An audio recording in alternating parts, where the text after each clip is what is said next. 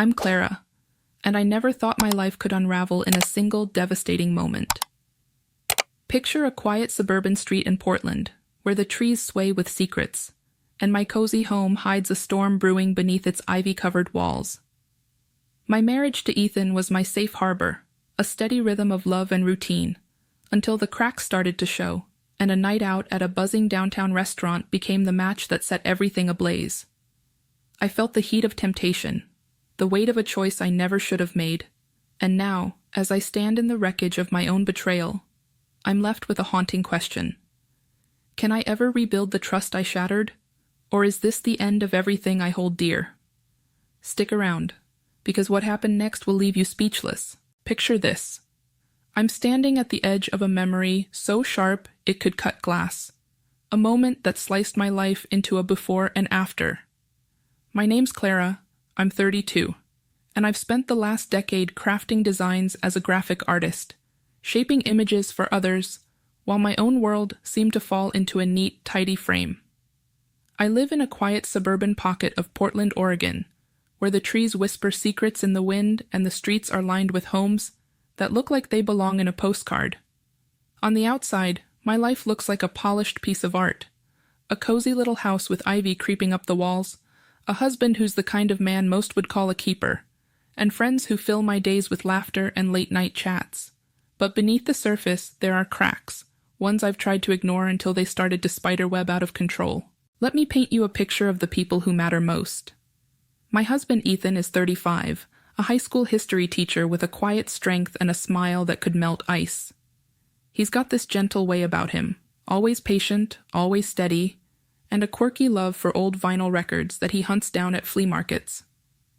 Then there's Mia, my best friend since our college days, 33 and full of fire. She's a hairdresser with a wild streak, the kind of person who can turn a mundane Tuesday into a reckless adventure.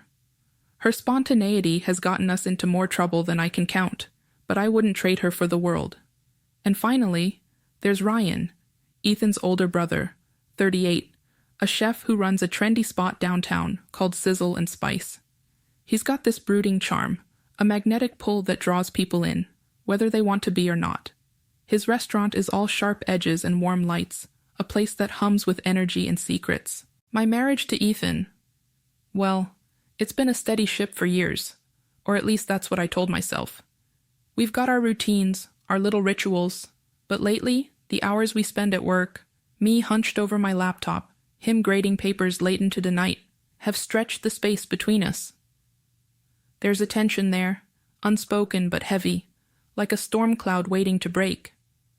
I don't know when it started, or why, but it's there, lingering in the silences, in the way we sometimes look past each other instead of at each other.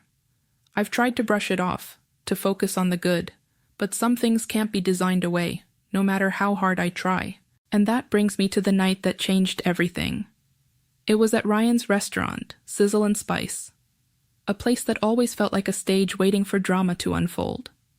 I can still smell the mix of garlic and wine in the air, hear the clink of glasses and the murmur of voices. Something happened there. Something public. Something that turned heads and dropped. Let me take you back to the week before that unforgettable night at Sizzle and Spice, to the rhythm of my everyday life that felt more like a slow grind than a dance. I'm Clara, and my days in that quiet Portland suburb were a blur of deadlines at my design firm. I'd be up before the sun, my laptop already open, sipping coffee that had gone cold as I wrestled with client revisions and last-minute project demands. My fingers would fly across the keyboard, crafting visuals for brands, while my own life felt like it was losing color. Meanwhile, Ethan was buried in his own world, stacks of history papers towering on our dining table as he graded late into the night. We'd pass each other like ships in the fog, a quick kiss on the cheek if we were lucky, but more often just a mumbled, "good night," before one of us crashed into bed. That week, the little things started to sting more than usual.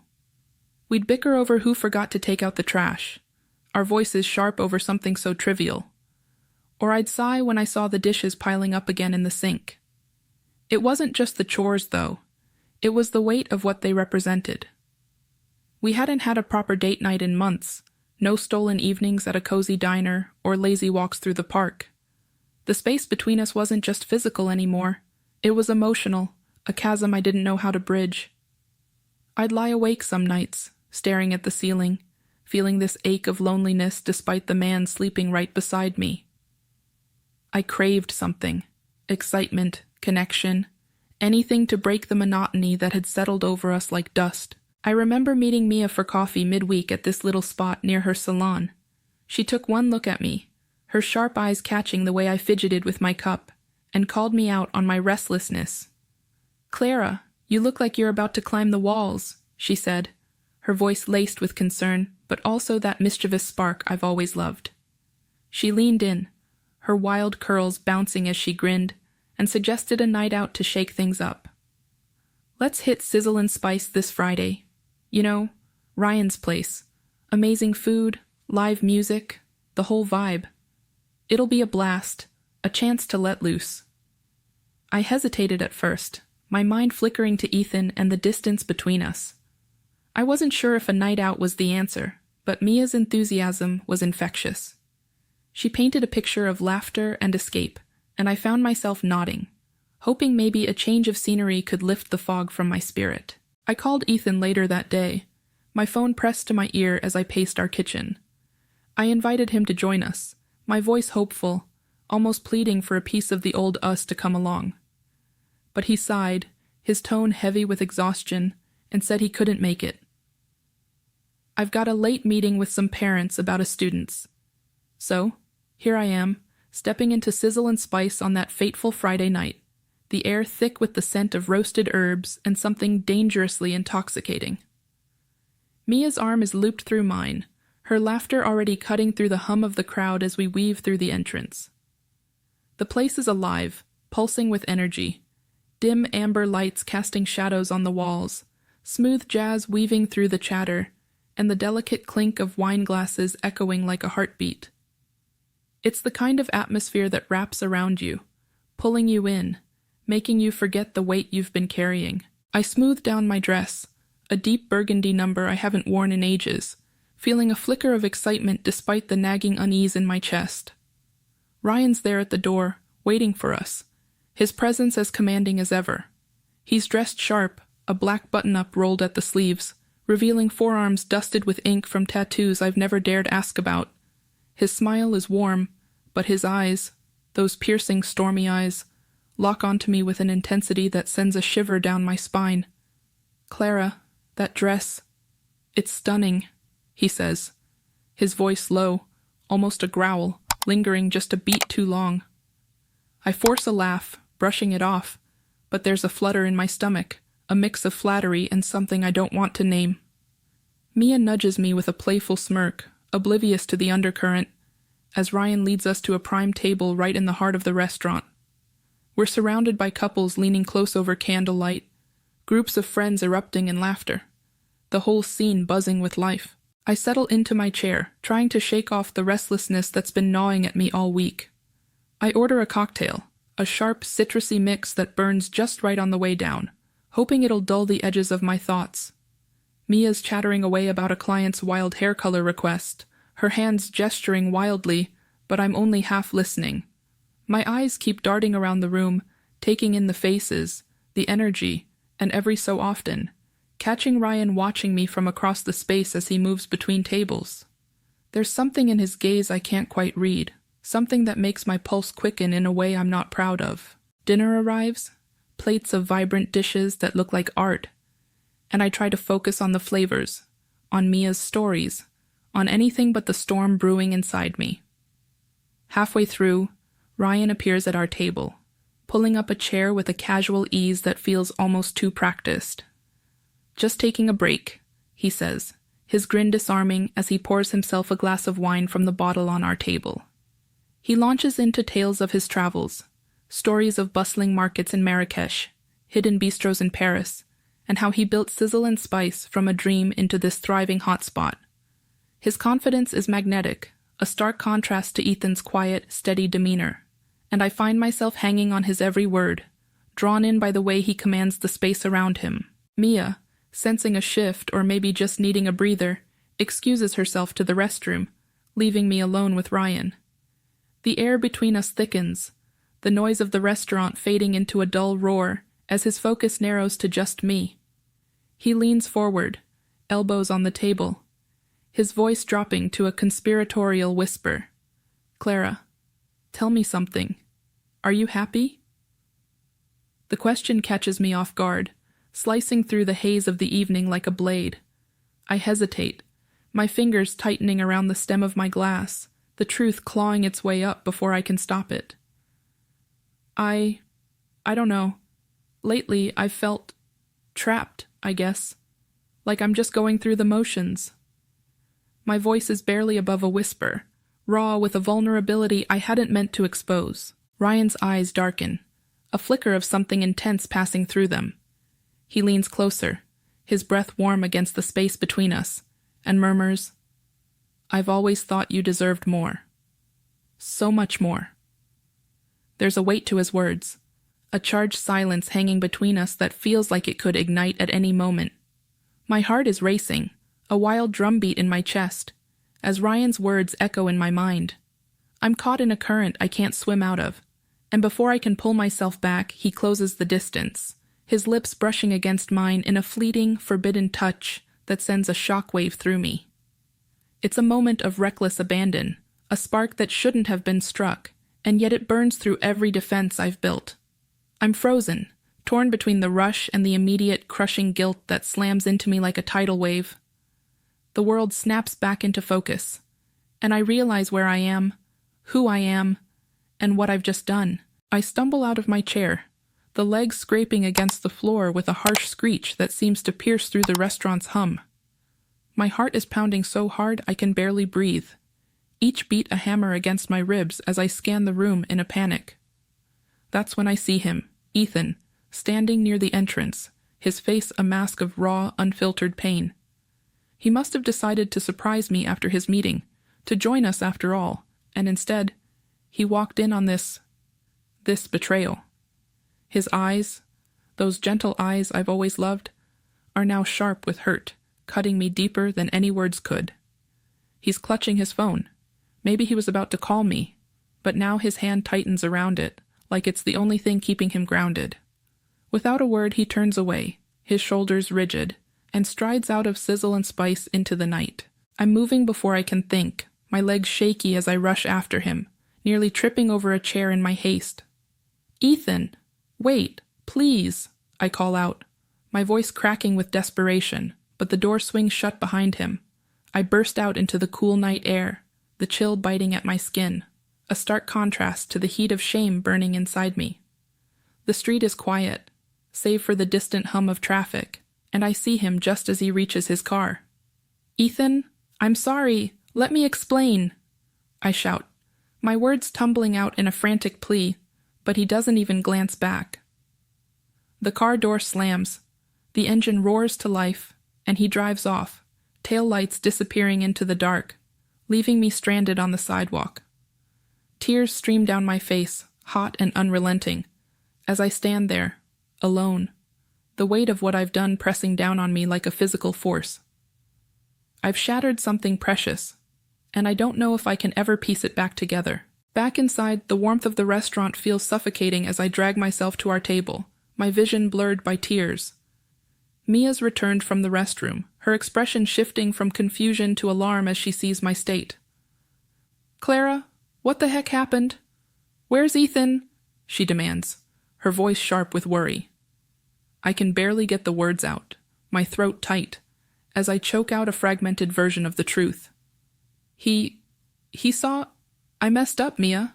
I really messed up. My voice breaks, and I feel the weight of every eye in the place on me. Diners whispering behind their hands, their judgmental stares like needles pricking at my skin.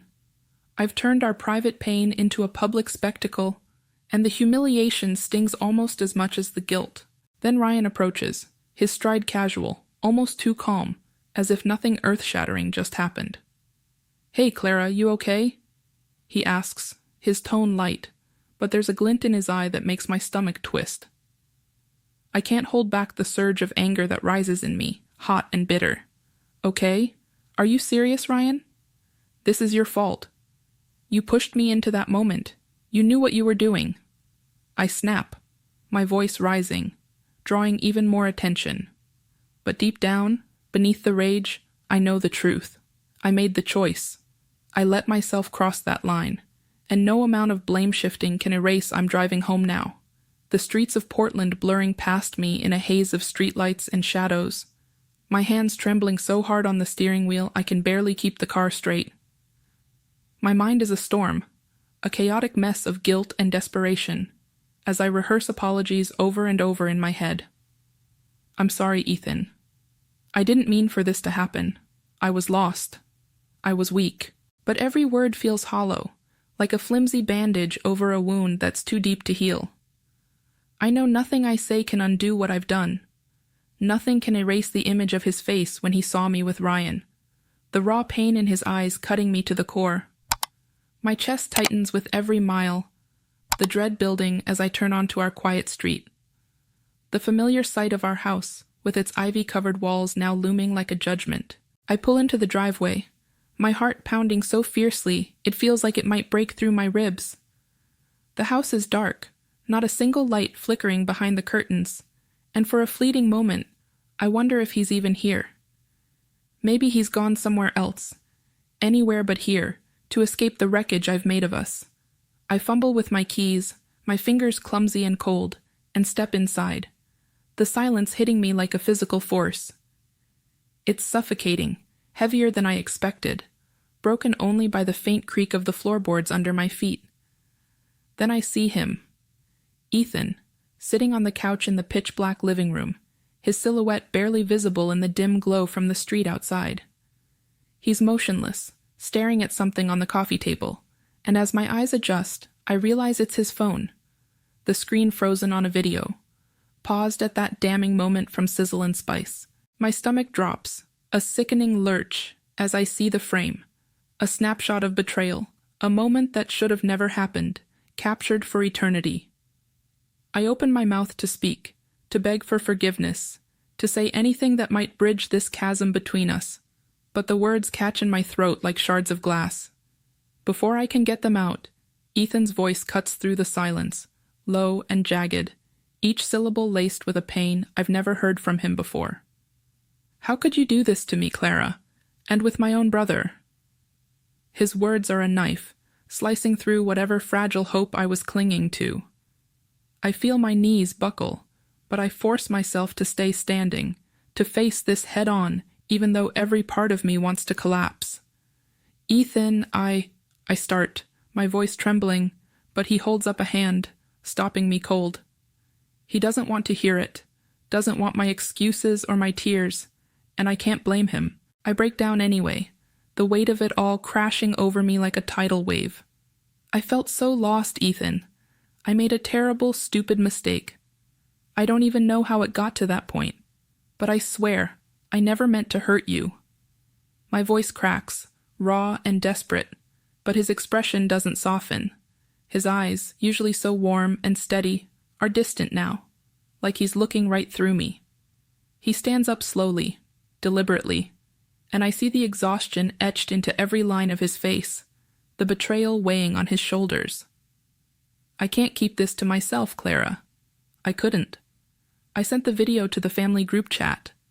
They all know now. Everyone knows what you did. His words hit me like a punch, knocking the air from my lungs. I stagger back a step, my mind reeling with the horror of it. Not just us, not just this private pain, but everyone. His parents, his cousins, people who've welcomed me into their lives with open arms. They've all seen my shame, my failure, laid bare in a moment I can't take back. I want to scream, to beg him to tell me he's lying, that he didn't really do it, but the cold certainty in his voice tells me it's true. My hands fly to my face, covering my mouth as tears spill over, hot and relentless, as the reality of Ethan's words sinks in. I'm drowning in a sea of my own making, the shame and regret pulling me under with every breath. I watch him grab his jacket from the arm of the couch, his movements sharp and final, like he's cutting himself free from something, or someone. I can't be here right now, he mutters, his voice barely above a whisper, but it carries the weight of 1,000 unspoken hurts. Before I can find the strength to respond, he's out the door, the sound of it closing behind him, echoing through the empty house like a gunshot. I'm left standing there, alone in the dark, the silence pressing in on me until it feels like I can't breathe. Days turn into a blur after that night, each one heavier than the last. I keep my phone close, checking it obsessively, hoping for a call, a text, anything from Ethan to show me he's still there, that there's something left to salvage. But there's nothing, just a void where his presence used to be. I can't eat, can't sleep, my mind trapped in an endless loop of that moment at Sizzle and Spice, replaying every second of my betrayal. I see his face, the pain in his eyes, over and over, and it tears at me until I feel raw, hollowed out. The house feels like a tomb, every corner holding memories of us, his vinyl records still stacked by the old player, the coffee mug he always used sitting untouched on the counter. I'm a wreck, barely holding myself together, and the weight of what I've lost is crushing. Mia comes over a few times, her voice gentle but firm as she tries to pull me out of this spiral. She brings takeout I don't touch and sits with me on the couch, her hand on my shoulder as I stare blankly at the wall. Clara, I'm here for you, okay? But I've got to be real. You crossed a line that night, a big one. And I don't know if Ethan can come back from that, she says, her words cutting deep even though I know she's right. I nod, tears slipping down my cheeks again, because hearing it out loud makes it all the more real. I've broken something sacred, and no amount of wishing can undo it. Mia stays as long as she can, but even her fiery spirit can't light up the darkness I'm lost in. After a week of this torment, I decide I can't just sit here waiting for a sign that might never come. I need to do something, anything, to reach out to Ethan. To show him I'm not giving up even if I don't deserve his forgiveness. So, I sit down at the kitchen table with a pen and a stack of paper, the same table where we used to share quiet mornings over coffee, and I start to write. The words pour out of me, messy and unfiltered, a raw confession of everything I feel. I tell him how sorry I am, how I take full responsibility for what happened. No excuses, no justifications. I write about the emptiness I felt before that night, not to blame him, but to explain the desperation that led me astray. I promise to give him all the time and space he needs, to wait for him if he'll let me, or to let him go if that's what he wants. Page after page, my heart spills onto the paper, every line a plea for understanding, even if forgiveness feels like too much to ask. When I'm done, my hands are shaking, but I fold the letter carefully and slip it into an envelope. I grab his favorite coffee mug from the shelf, the one with the chipped handle he always insisted on using because it felt just right, and I place the letter inside it. It's a small gesture, a reminder of the life we built together, the little things that made us us. I walk out to the porch, the cool air biting at my skin, and set the mug down where he'll see it if he ever comes back. I linger there for a moment, staring at the empty street, hoping against hope that he'll show up, that he don't forget to subscribe, like, and comment if you enjoyed this story. This will help us create more engaging stories for you.